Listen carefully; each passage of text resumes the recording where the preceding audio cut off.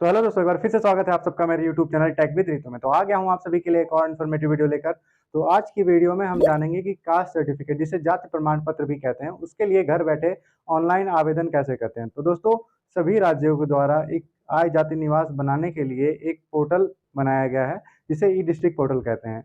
और साथ ही साथ ई डिस्ट्रिक्ट पोर्टल पर आम नागरिकों के लिए एक सिटीजन पोर्टल, जिसे ई साथी पोर्टल कहते हैं, उसकी भी सुविधा दी गई है, जिसके तहत आम नागरिक रजिस्ट्रेशन आईडी क्रिएट करके, आईडी पासवर्ड बनाकर, उस आईडी से जाति, आय, निवास प्रमाण पत्र ऐसे करके कई सारी सर्विसेज का लाभ घर बैठे अपने मोबाइल फोन या लैपटॉप के माध्यम से ले सकते हैं और अपने ही घर बैठे बैठे अपने जाति प्रमाण पत्र को रिसीव भी कर सकते हैं। तो बात कर लेते हैं जाति प्रमाण पत्र आवेदन करने के लिए कौन कौन से जरूरी डॉक्यूमेंट्स आपको चाहिए होंगे। तो जाति प्रमाण पत्र ऑनलाइन आवेदन के लिए सबसे पहले आपको आधार कार्ड चाहिए होगा। आधार कार्ड से आपका मोबाइल नंबर का लिंक होना अनिवार्य है। और दूसरे नंबर पर आपको एक फोटो रख लेना है। साथ ही साथ जो है एक घोषणा पत्र, जिसको स्व प्रमाणित घोषणा पत्र कहते हैं, जिसमें अपनी डिटेल जैसे कि अपना नाम, अपने पिता का नाम, माता का नाम, अपनी जाति और पूरा पता, ये सब लिख कर साइन करने के बाद इसको भी अपलोड करना रहता है। तो ये 3 डॉक्यूमेंट अनिवार्य हैं। तो आवेदन की जो फीस होगी वो 15 रुपये आपको जो है ऑनलाइन कटानी होगी। तो कंप्लीट प्रोसेस आज की इस वीडियो में मैं बताने वाला हूँ कि आपको कैसे जाति प्रमाण पत्र के लिए अप्लाई करना है और साथ ही साथ कैसे आपको अपने आईडी में अपने जाति प्रमाण पत्र को डाउनलोड करना है। पूरी जानकारी मैं आज की इस वीडियो में देने वाला हूं, तो बने रहिएगा एंड तक मेरे साथ। साथ ही साथ अगर आप मेरे चैनल पर अभी नए हैं तो चैनल को सब्सक्राइब कर दीजिएगा, नीचे एक बेल आइकन होगा उस पर प्रेस कर दीजिएगा और साथ ही साथ जो है वीडियो को शेयर करना मत भूलिएगा। तो दोस्तों, आपको अपने ब्राउजर में सर्च करना है ई डिस्ट्रिक्ट यूपी, ये लिख के आपको सर्च करना है। जो सबसे पहली लिंक आती है उस पर क्लिक कर देना है।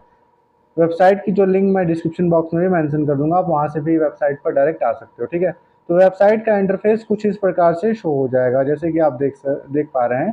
जो वेबसाइट का कुछ इंटरफेस है इस प्रकार से होगा। तो आपको सिंपली लॉगिन वाले ऑप्शन पर आना है। ठीक है, तो यहाँ पे कुछ ऑप्शन शो हो जाएंगे, जैसे डिस्ट्रिक्ट लॉगिन और सिटीजन लॉगिन ई साथी। तो आपको सिंपली सिटीजन लॉगिन ई साथी वाले ऑप्शन पर क्लिक कर देना है। अब एक नया विंडो ओपन हो जाएगा, जहाँ पे आप देख सकते हैं कि इस साथी का जो पोर्टल है वो उसका जो है इंटरफेस शो हो जाएगा यहाँ पे। तो सबसे पहले आप यहाँ से जात, आय, निवास सारा जो है और भी कई सारे सुविधाओं का लाभ इस आईडी से ले सकते हो। तो उसके लिए आपको लॉगिन आईडी और पासवर्ड की आवश्यकता होगी। तो अगर आप नए हैं तो आपको नवीन उपयोगकर्ता पंजीकरण वाले ऑप्शन पर क्लिक करके सबसे पहले एक लॉगिन आईडी क्रिएट कर लेनी है। जैसे आप वहाँ पे क्लिक करोगे, इस प्रकार का फॉर्म ओपन हो जाएगा, जहाँ पे आप देख सकते हैं पंजीकरण करने हेतु प्रपत्र लिख कर आ रहा है। तो सबसे पहले आपको लॉगिन आईडी बनानी होगी। जो लॉगिन आईडी है वो 6 से 8 कैरेक्टर के बीच में होनी चाहिए। ठीक है, तो आपको कोई यूनिक लॉगिन आईडी यहाँ पे बना लेनी है। ठीक है, लॉगिन आईडी बना लेने के बाद आप देख पा रहे होंगे ब्लू कलर के आइकन में उपलब्धता की जांच करें लिखे का ऑप्शन आ रहा है, वहाँ पे क्लिक करना है। तो जैसे आप वहाँ पे क्लिक करते हैं पॉपअप शो होगा कि यह लॉगिन आईडी प्रयोग हेतु उपलब्ध है। इसका मतलब आपने जो आईडी बनाई है उसका आप यूज़ कर सकते हो। ठीक है, तो अब आपको क्या करना है, आपको दूसरा ऑप्शन है आवेदक का नाम। तो आपको अपना नाम फिल करना है। उसके बाद आपको जन्म तिथि अपनी सिलेक्ट कर लेनी है। कैलेंडर में कुछ इस प्रकार से आपको अपनी जो जन्म तिथि है सिलेक्ट कर लेनी है। उसके बाद आपको अपने लिंक का चयन कर लेना है। जो भी आपका लिंक होगा आपको यहाँ से चयन करना है। उसके बाद आपको अपना आवासीय पता फिल करना है। ठीक है, तो जो भी आपका आवासीय पता है, मतलब पूरा पता है, वो आपको फिल कर लेना है। उसके बाद आपको पिन कोड यहाँ पे एंटर कर लेना है। ठीक है, आपका जो भी पिन कोड होगा यहाँ पे फिल करना है। देन अगला ऑप्शन आता है जिला का। तो आपको अपने ज़िले का चुनाव कर लेना है। पूरी एक लिस्ट ओपन होगी जिसमें आपको अपने जनपद का चुनाव कर लेना है। ठीक है, उसके बाद आवेदक का मोबाइल नंबर, यहाँ पे आप देख सकते हैं मोबाइल नंबर का ऑप्शन आ रहा है। तो हम मोबाइल नंबर फिल करने के बाद आपको मेल आईडी फिल करना है। मेल आईडी आप चाहें तो ब्लैंक भी छोड़ सकते हो। उसके बाद आपको कैप्चा को एडिटिव कैप्चा वाले बॉक्स में फिल करना है। फिर उसके बाद सुरक्षित करे वाले ऑप्शन पर क्लिक कर देना है। तो जैसे ही आप वहाँ पे क्लिक करोगे, यहाँ पे नीचे आप रेड कलर के आइकन में देख सकते हैं लिखा हुआ आ जाएगा कि पंजीकरण सफलतापूर्वक हो गया है, ओटीपी आपके पंजीकृत मोबाइल नंबर पर भेज दिया गया है। तो एक ओटीपी आपके मोबाइल नंबर पर भेज दी गई होगी, तो उसी के थ्रू आपको लॉगिन होना है। तो लॉगिन वाले आइकन पे आपको क्लिक करना है। सो जैसे ही आप वहाँ पे क्लिक करते हैं, आप फिर से जो है ई साथी के होम पेज पर आ जाएंगे। तो आपको जो यूजर आईडी आपने बनाई थी यहाँ पे आपको फिल करना है। उसके बाद पासवर्ड के रूप में आपको पहले ओटीपी यहाँ पे फिल करना है जो आपके मोबाइल नंबर पर भेजी गई है। फिर आपको कैप्चा एज इट इज इस बॉक्स में फिल करके सबमिट वाले बटन पर क्लिक कर देना है। तो जैसे ही आप वहाँ पे क्लिक करते हो, कुछ इस टाइप का इंटरफेस खुलकर सामने आता है, जहाँ पे आपका यूजर नेम यहाँ पे शो हो जाएगा। देन आपके मोबाइल में जो ओटीपी भेजी गई है वो ओटीपी को यहाँ फिल करना है। ठीक है, उसके बाद आपको नया पासवर्ड कोई क्रिएट कर लेना है। पासवर्ड का जो यहाँ पे क्राइटेरिया है वो नीचे नोट्स के रूप में दी गई है, तो आपको पढ़ लेना है कि अल्फा न्यूमेरिक और स्पेशल कैरेक्टर के मिक्सचर से आपको पासवर्ड कुछ इस प्रकार से एग्जाम्पल के तौर पर नीचे दिखा रखा है, इस प्रकार से आपको जो है क्रिएट करना है पासवर्ड। तो पासवर्ड आपको यूनिक यहाँ पे क्रिएट कर लेना है, ठीक है। और फिर उसके बाद जो पासवर्ड आपने क्रिएट किया है दोबारा से पासवर्ड दोबारा डाले वाले ऑप्शन पर क्लिक कर देना है। देन नीचे पासवर्ड बदले का ऑप्शन होगा, वहाँ क्लिक करना है। जैसे ही आप वहाँ पे क्लिक करोगे पासवर्ड चेंज सक्सेसफुली का मैसेज आ जाएगा। देन आपको वापस वाले बटन पर क्लिक कर देना है। अब आप वापस से होम पेज पर आ जाओगे। देन आपको जो है यूजर नेम और अपना पासवर्ड लॉगिन आईडी और पासवर्ड डालकर कैप्चा फिल करके जो आपने पासवर्ड चेंज किया है वही पासवर्ड फिल करना है। देन आपको कैप्चा फिल करके सबमिट वाले बटन पर क्लिक कर देना है। अब आप देखोगे आप सक्सेसफुली जो है आपने ई साथी की जो लॉगिन आईडी है वो क्रिएट कर ली है। अब आपको क्या करना है, अब आप यहाँ से देख सकते हैं कई सारी सर्विसेज का लाभ आप इस आईडी से ले सकते हो, जैसे कि आप देख सकते हो, ठीक है। तो हम जात प्रमाण पत्रों के बारे में बात करने वाले हैं। तो यहाँ पे हम देख सकते हैं दो प्रकार से जात प्रमाण पत्र का आवेदन कर सकते हैं, पहला हिंदी और दूसरा अंग्रेजी। क्योंकि मैं हिंदी से करने वाला हूँ तो मैं हिंदी वाले ऑप्शन पर सिलेक्ट करूँगा। देन कुछ इस टाइप का इंटरफेस खुलकर सामने आएगा, जहाँ पे आपको अपने 12 डिजिट का आधार नंबर फिल करना है। उसके बाद आपको ये कैप्चा शो हो रहा है, तो कैप्चा को एज इट इज कैप्चा वाले बॉक्स में फिल कर देना है। देन नीचे कंसेंट आपको कर देना है। उसके बाद सबमिट वाले बटन पर क्लिक करना है। अब आपके मोबाइल नंबर पर जो आधार से रजिस्टर्ड मोबाइल नंबर वो होगा उस पर ओटीपी भेज दी जाएगी। तो ओटीपी को आप यहाँ पे फिल कर सकते हैं देख के। तो ओटीपी को आपको अपने मोबाइल नंबर से फिल करना है। देन आपको सबमिट वाले बटन पर क्लिक कर देना है। अब आपके सामने जाति प्रमाण पत्र हेतु आवेदन प्रपत्र यहाँ पे खुल जाएगा।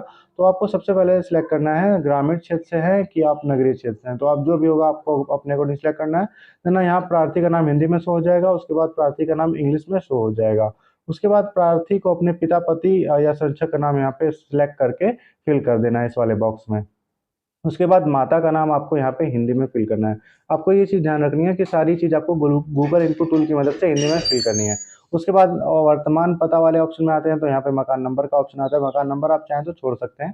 देन आपको अपना मोहल्ला या पोस्ट का नाम इस बॉक्स में फिल करना है। देन आपका जनपद जो आपने रजिस्ट्रेशन के वक्त चुना था वो यहाँ पे शो होएगा। उसके बाद आपको अपनी तहसील का चुनाव यहाँ से कर लेना है। उसके बाद आपको अपने ग्राम का चुनाव कर लेना है। ग्राम का चुनाव करने के बाद मोबाइल नंबर यहाँ पे फिल करना है। उसके बाद अगर आपका उपरोक्त पता और स्थायी पता यानी कि वर्तमान पता और स्थायी पता सेम है तो आप उपरोक्त वाले ऑप्शन पे क्लिक कर सकते हो। देन उससे क्या होगा कि आपने जो पता ऊपर सेलेक्ट किया है नीचे ऑटोमेटिकली फिल हो जाएगा। अगर आपका पता स्थायी पता दूसरा है तो आप मैनुअली वहाँ पे फिल कर सकते हैं। उसके बाद यहाँ पे आपका फॉर्मेट से हो जाएगा प्रारूप का। देन आपको अपनी जाति जैसे पिछड़ी है, अनुसूचित जाति या अनुसूचित जनजाति जो भी आपकी जाति होगी वहाँ से सिलेक्ट करना है। उसके बाद आपको अपनी उपजाति सिलेक्ट करना है। जो भी आपकी उपजाति होगी एक पूरी लिस्ट ओपन हो जाएगी, उसमें से आपको सर्च करके वो सिलेक्ट कर लेना है। उसके बाद आपको प्रमाण पत्र बनवाने का कारण यहाँ पे हिंदी में फिल कर देना है। तो प्रमाण पत्र बनवाने का जो भी कारण है, जिस भी कारण से आप बनवा रहे हैं, जैसे कि आप स्कॉलरशिप के लिए बनवा रहे हैं या कहीं एडमिशन के लिए या फिर कोई भी कारण यहाँ पे आपको फिल कर देना है, ठीक है। उसके बाद आपसे यहाँ पे पूछा जाएगा क्या इससे पूर्व जाति प्रमाण पत्र जारी हुआ है, तो यहाँ पे नहीं लिखा हुआ रहा है तो वहाँ पे वही रहने देना है जो लिखा हुआ है। उसके बाद नीचे भी आवेदन शुल्क का भुगतान कर दिया है उसे भी वैसे ही छोड़ देना है। आपका राशन कार्ड नंबर यहाँ पर शो हो जाएगा अगर होगा तो। उसके बाद आपको संलग्नक शीर्षक वाले ऑप्शन में यहाँ से बारी बारी से सभी डॉक्यूमेंट अपलोड करना है। जैसे फोटो आप चाहें तो आधार कार्ड वाला फोटो भी यहाँ पे क्लिक करके अपलोड कर सकते हो। जैसे कि आप देख पा रहे हो नीचे फोटो अपलोड हो चुका है आधार कार्ड वाला। अगर आप इसको हटाना चाहते हैं तो देन इसी बॉक्स पे क्लिक कर देंगे, वो फोटो हट जाएगा। आप चाहें तो मैनुअली भी अपना फोटो अलग से अपलोड कर सकते हैं। सिंपली आपको चुने वाले ऑप्शन पे फोटो चूज करना है। देन आपको जहां भी अपने फाइल को रखा है अपने फोटो को सिलेक्ट करना है। उसके बाद आपको क्या करना है, आपको अपलोड वाले ऑप्शन पर क्लिक कर देना है। अब आप देखोगे आपका फोटो यहाँ पे अपलोड हो चुका है। अब आपको स्वप्रमाणित घोषणा पत्र अपलोड करना है, ठीक है। स्वप्रमाणित घोषणा पत्र यहाँ से सिलेक्ट करना है। देन आपको जहाँ पे आपने स्वप्रमाणित घोषणा पत्र रखा हुआ है उसको सिलेक्ट करके अपलोड कर देना है। जैसे कि यहाँ पे आप देख पा रहे हैं स्वप्रमाणित घोषणा पत्र भी अपलोड हो चुका है। तो अब आप चाहें तो पार्षद या वार्डन या ग्राम प्रधान का जाति प्रमाण पत्र भी अपलोड कर सकते हैं, या तो राशन कार्ड की छह प्रति भी अपलोड कर सकते हैं। और ये दोनों डॉक्यूमेंट्स आपके पास नहीं है तो आप अन्य वाले ऑप्शन पे क्लिक करेंगे। उसके बाद एक बॉक्स ओपन हो जाएगा, उसमें जो भी डॉक्यूमेंट आप अपलोड कर रहे हैं उसका विवरण फिल कर देंगे। जैसे कि मैं आधार कार्ड अपलोड कर रहा हूँ तो मैंने यहाँ पे आधार कार्ड टाइप कर दिया है। उसके बाद ब्राउज वाले ऑप्शन पे क्लिक करूंगा। उसके बाद अपनी फाइल सिलेक्ट करके अपलोड वाले ऑप्शन पे क्लिक कर दूंगा। तो ऐसे आपको भी करना है। तो जैसे कि आप देख सकते हैं यहाँ पे 3 डॉक्यूमेंट्स मेरे अपलोड हो चुके हैं, पहला फोटो, फिर घोषणा पत्र, फिर आधार कार्ड। उसके बाद नीचे दर्ज करे का ऑप्शन शो होगा, ठीक है, उस पर क्लिक कर देना है।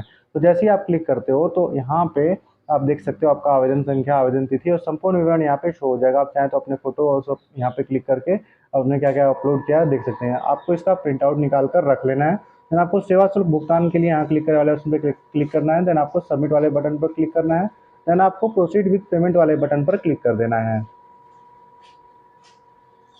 अब आपके सामने पेमेंट गेटवे आ जाएगा, जहाँ पे आप इस नेट बैंकिंग, डेबिट कार्ड और क्यूआर से भी पेमेंट कर सकते हो। तो मैं क्यूआर से पेमेंट करने वाला हूँ, तो मैंने वो सिलेक्ट किया। देन भीम यूपीआई सिलेक्ट करना है। देन मेक पेमेंट ₹4.15 वाले ऑप्शन पे क्लिक करना है।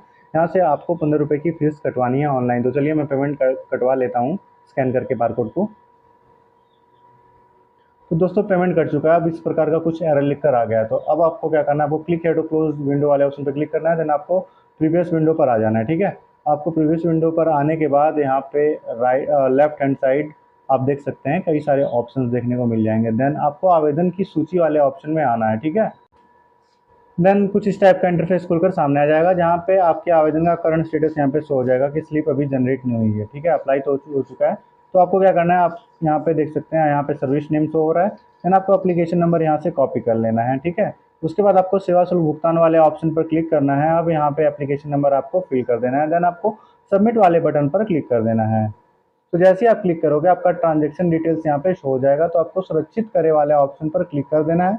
जैसे आप क्लिक करते हो, जो आपका आवेदन है वो संबंधित अधिकारी के यहाँ भेज दिया जाएगा, जो कि 7 दिनों के अंदर अंदर आपको आपका प्रमाण पत्र मिल जाएगा। जैसे कि आप यहाँ पे देख सकते हैं 20 कार्य दिवस के अंदर लिखा हुआ आ रहा है, लेकिन ये आपको 7 दिन के अंदर ही आपका जो सर्टिफिकेट है मिल जाएगा। तो आपको ये स्लिप आपको प्रिंट करके या सेव करके रख लेना है। ठीक है, अब चलिए मैं आपको बता देता हूँ कि आपको सर्टिफिकेट को डाउनलोड कैसे करना है। तो आपको होम पेज में आने के बाद यहाँ पे देख सकते हैं एक ऑप्शन आ रहा है निस्तारित आवेदन का। ठीक है, तो इसी ऑप्शन पे आप क्लिक करेंगे। देन आपको कास्ट, इनकम, डोमिसाइल जो भी आपने अप्लाई किया है वहाँ पे आपको सिलेक्ट करना है। मैं कास्ट सिलेक्ट कर लिया।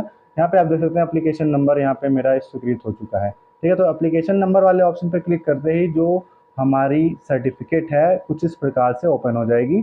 मैं आपको दिखा देता हूँ, मैंने कुछ चीज़ें इसमें हाइड की हैं। ठीक है, तो आप देख सकते हैं ये जो सर्टिफिकेट है हमने सक्सेसफुली यहाँ पे क्रिएट कर ली है। अब आप चाहें तो इसका, आपके पास प्रिंटर है तो आप स्वयं प्रिंट निकाल सकते हो, नहीं तो इसे सेव एज पीडीएफ भी रख सकते हो।